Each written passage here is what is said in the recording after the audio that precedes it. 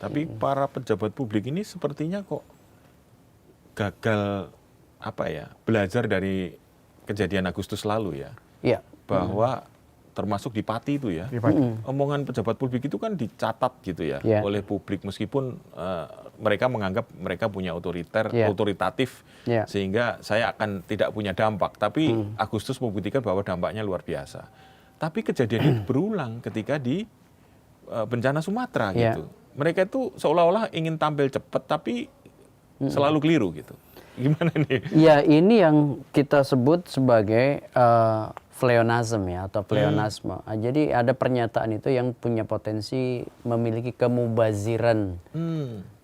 Mubazir dalam arti kan tidak kemudian berdampak, bahkan kecenderungannya itu punya masalah. Dimulai dari apa? Ya dari pernyataan yang tidak fungsional dengan penyelesaian masalah gitu. Justru menambah masalah kayak misalnya waktu insentif. Itu kan pernyataannya keliru dari sisi misalnya logika, koherensi, empati, simpati, kan ada problem di situ. Sekarang bencana, bayangin aja 900-an sekian orang meninggal menurut data BNPB. Kemudian ada 300 sekian orang yang hilang. Ini bukan jumlah sedikit Mas Pung, Udaike. Ini jumlah banyak. Dan dampaknya bukan hanya pada saat kejadian dan beberapa hari setelah kejadian. Mungkin tahun-tahun ke depan, orang yang tadinya misalnya punya aset menjadi tidak punya aset. Sawah, ladang, rumah, ya kan, yang mungkin sudah hilang semua. Dan proses ini menurut saya perlu bukan hanya kehati-hatian, tapi juga empati di muka publik, terlebih di front stage ya, di panggung depan. Jangankan di front stage, di backstage saja harusnya kemudian cara berbeda atau pendekatan berbeda yang dilakukan. Nah, dalam komunikasi itu ada namanya disonansi kognitif. Jadi keberbedaan antara apa yang dipikirkan dengan yang dirasakan. Kalau kemudian ada perbedaan apa yang dipikirkan dengan yang dirasakan, itu biasanya muncul bukan hanya semata-mata ketidakpastian dan ketidaknyamanan, tapi kadang-kadang sulit mengendalikan emosi gitu. Nah, makanya orang-orang yang kemudian misalnya ada muncul ketidakpastian dan ketidaknyamanan dirasakan oleh mereka, ekspresi-ekspresinya kadang-kadang kan tidak terprediksi. Ingat Agustus kan kemarin? Ya, bagaimana misalnya gelombang massa itu sudah melewati 3 tahap. Stage of brainstorming, ada perbincangan di sosial media. Ke stage of consolidation, ada pro kontra, kemudian muncul aksi. Dan aksinya itu besar.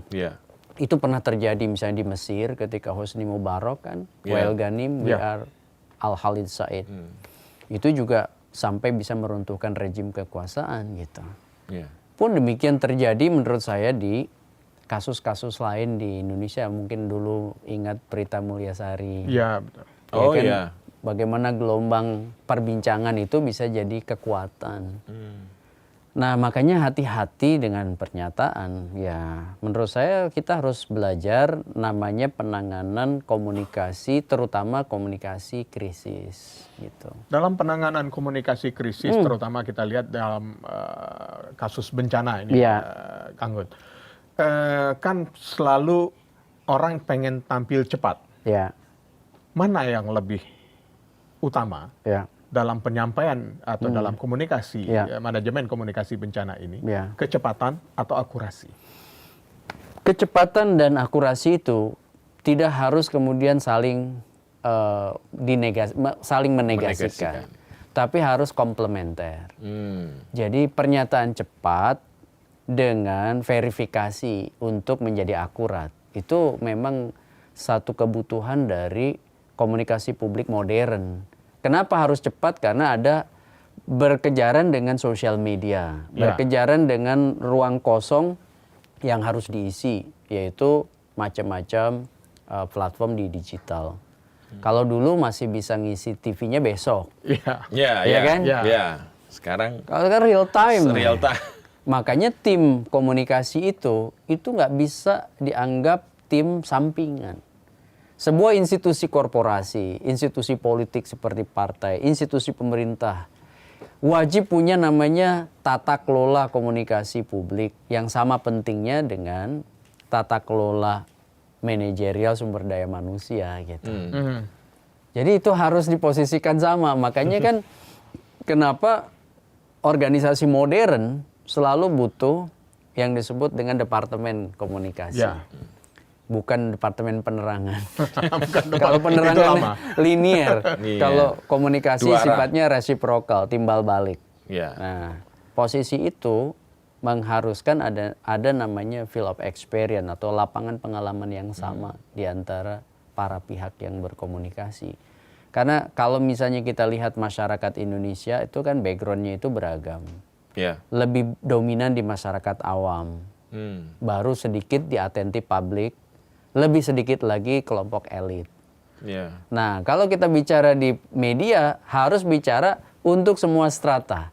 Jadi pilihan diksinya juga harus pilihan diksi yang mudah dipahami oleh masyarakat awam. Jangan milih yang istilah-istilah asing yang bikin pusing ya.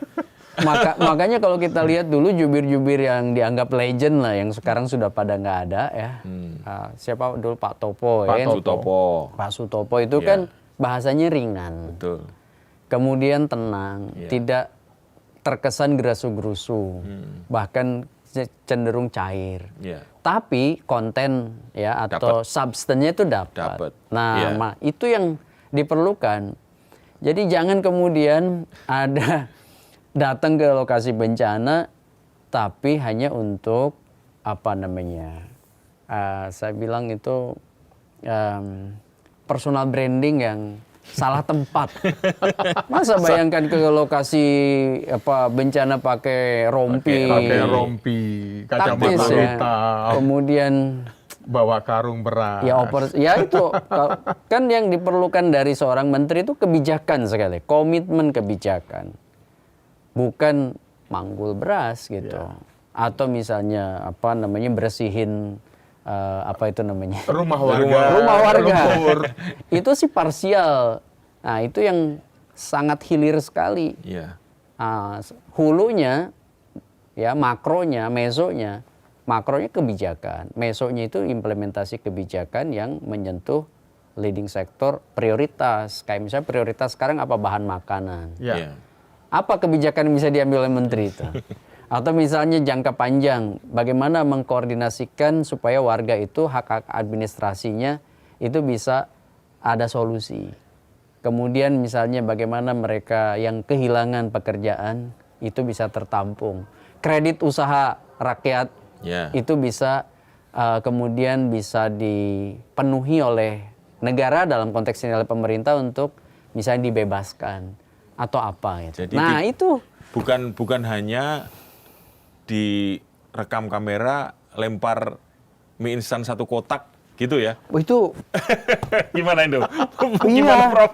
Itu gimana Prof? Kan itu kayak berlomba-lomba. Itu komunikasi. Karena ingin berlomba dengan berlomba-lomba dengan kecepatan jadinya tidak dangkal sekali gitu ya. Dangkal. Itu kulit permukaan. Betul. Ya lempar makanan dari atas, kemudian helikopter. bersihkan lantai, bawa beras. Itu gimmick, akan dikesankan gimmick meskipun bisa jadi niatnya mungkin positif. Tapi kita kan bicara dalam konteks posisinya sebagai pejabat publik. Nah, sebagai pejabat publik, apalagi punya kewenangan sebagai gubernur, punya kewenangan sebagai menteri, punya kewenangan sebagai anggota DPR, yang dibutuhkan itu adalah kewenangan mereka dipakai untuk mengeksekusi apa yang kemudian secara signifikan bisa berdampak signifikan. Nah, ini agak nyerempet ke politik sedikit, Prof. Apakah dengan faktor kecepatan tadi akhirnya memunculkan saya harus bergerak cepat untuk mencapai APS, asal pimpinan senang. Nah, itu yang kalau misalnya cepat tapi kemudian tidak dibarengi dengan akurat dan sensitivitas, termasuk sensitivitas retoris lah ya. Yang kayak kemarin problem pernyataan publik anggota DPR itu kan sensitivitas retorisnya. Iya betul. Jadi kecenderungan malah masuk di posisi verbal aggressiveness. Kan si paling Aceh gitu atau itu udah menyerang personal meskipun ada tidak menyebut nama, tapi orang tahu siapa yang dituju gitu. Nah, kenapa sih harus membuka konflik di situ gitu? Itu menurut saya tidak strategis dan tidak membangun empati bahwa ini problem bersama. Yang harus disampaikan kan harusnya nih, ya apresiasi untuk teman-teman yang bergerak ke Aceh, ke Sumatera Utara. Kemudian ya mari kita bekerja sama. Apa yang bisa dilakukan oleh teman-teman kita dukung lewat peran-peran kami di DPR. Kan begitu kan? Iya, betul. Mestinya begitu. Kemudian juga kami tentu akan bekerja sama dengan Komdiji, bekerja sama dengan pemerintah untuk apa yang bisa kami lakukan sebagai wakil rakyat. Terutama misalnya di situasi bencana ini. Kan begitu? Iya, mestinya begitu. Saya tertarik tentang gimmick nih. Jadi ini kaitannya dengan kenapa sekarang publik atau warganet lah ya, itu lebih percaya kepada non pemerintah ketika misalnya contoh yang menggalang dana atau ke sana menitipkan kepercayaan itu kepada influencer lah atau opinion leader atau siapapun tokoh yang non government. Apakah karena memang selama ini mereka sudah tidak percaya dengan gimmick yang tadi? Karena selama ini gimmick yang lalu kan cukup efektif ya mempengaruhi orang. Nah, ini gimana, Mas?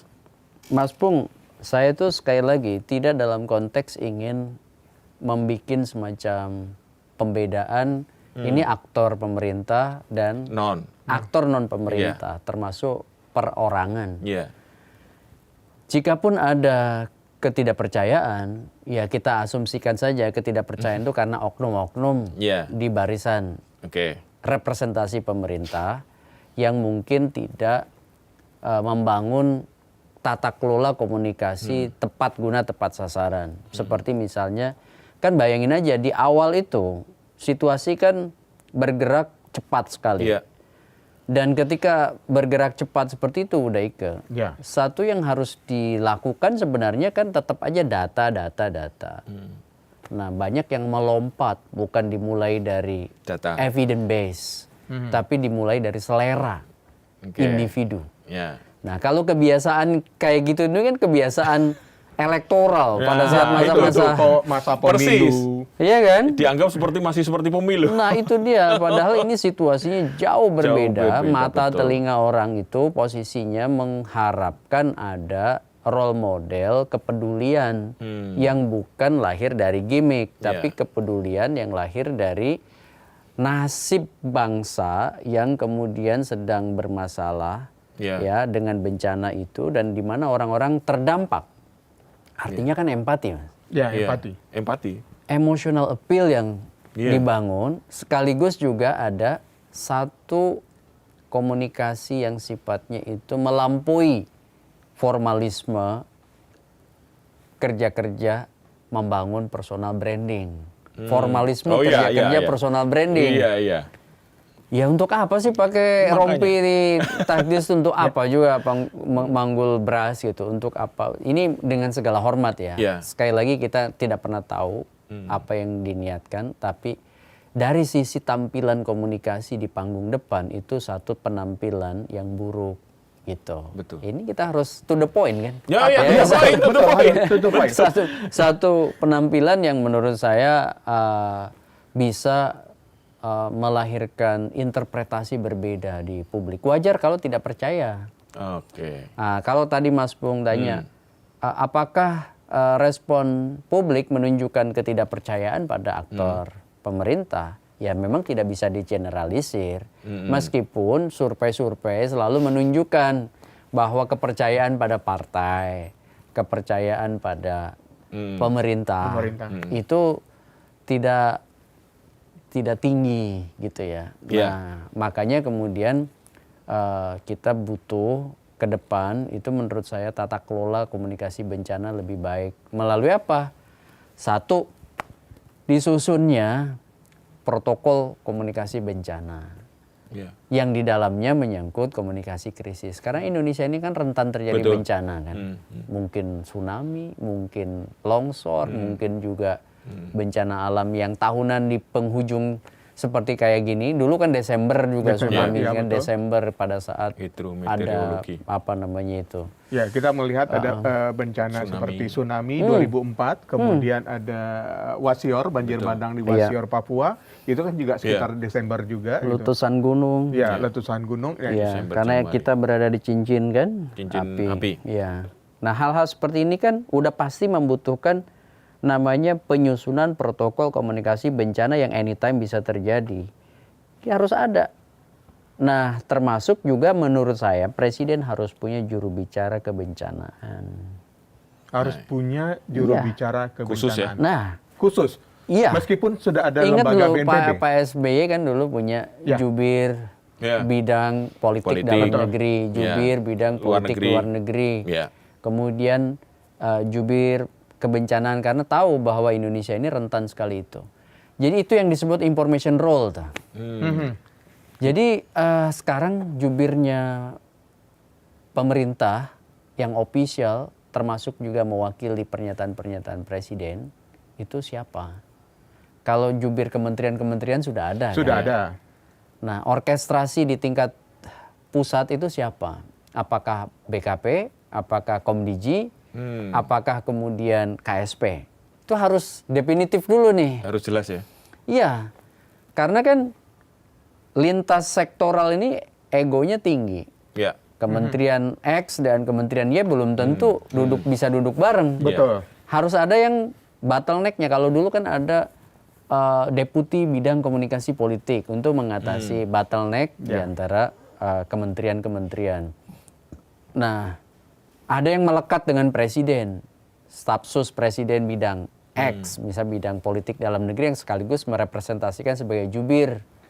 Jangan jubir itu tenaga ahli. Beda ya? Iya, itu kan. Jadi stafsus presiden bidang misalnya politik dalam negeri, stafsus presiden bidang politik luar negeri, itu melekat dengan presiden. Kalau bisa selalu setiap pagi itu dapat satu momentum bersama dengan presiden. Jadi tahu persis. Sekarang ini kan dimainkan oleh Mensesnek. Iya, betul. Iya kan? Mas Pras, Pak Pras. Kemudian dimainkan misalnya dengan sekarang mulai KSP ikutan gitu. KSP ikutan. Nah, sehingga teman-teman media juga kan lebih clear siapa sih yang akan diundang mewakili spokesperson pemerintah. Jangan sampai kemudian semua orang bisa bicara. Itu akan bahaya. Karena bisa melahirkan paradoks komunikasi. Atau bertentangan satu sama lain malah. Satu sama lain saling bertentangan. Artinya dengan menghadirkan tenaga ahli sebagai narasumber yang hadir di media, itu juga sebuah kesalahan ya? Menurut saya levelnya itu kalau untuk mewakili presiden, itu stafsus presiden bidang apa gitu. Jadi yang melekat. Kalau ditangani langsung oleh Mensesnek, itu kan Mensesnek urusannya juga banyak. Banyak pasti. Nah, tapi memang presiden harus memilih orang-orang yang secara chemistry, kemudian juga punya pengalaman untuk menerjemahkan pikiran-pikiran beliau. Seperti dulu era Pak SBY kan, orang-orang itu bisa morning briefing. Gitu. Itu yang melakukan FCR itu, Mas. Itu yang setiap melakukan pagi. FCR, finding, conclusion, recommendation. Itu jadi recommendation. personal direction atau arahan personal, masukan-masukan berbasis data untuk presiden. Nah, kalau presiden iya, nanti bisa disampaikan ke publik. Kan begitu. Dan itu harus harian. Itu juga kerja-kerja yang dilakukan oleh jubir-jubir di West Wing. Yang mensupport siapapun presiden di Amerika. Ya.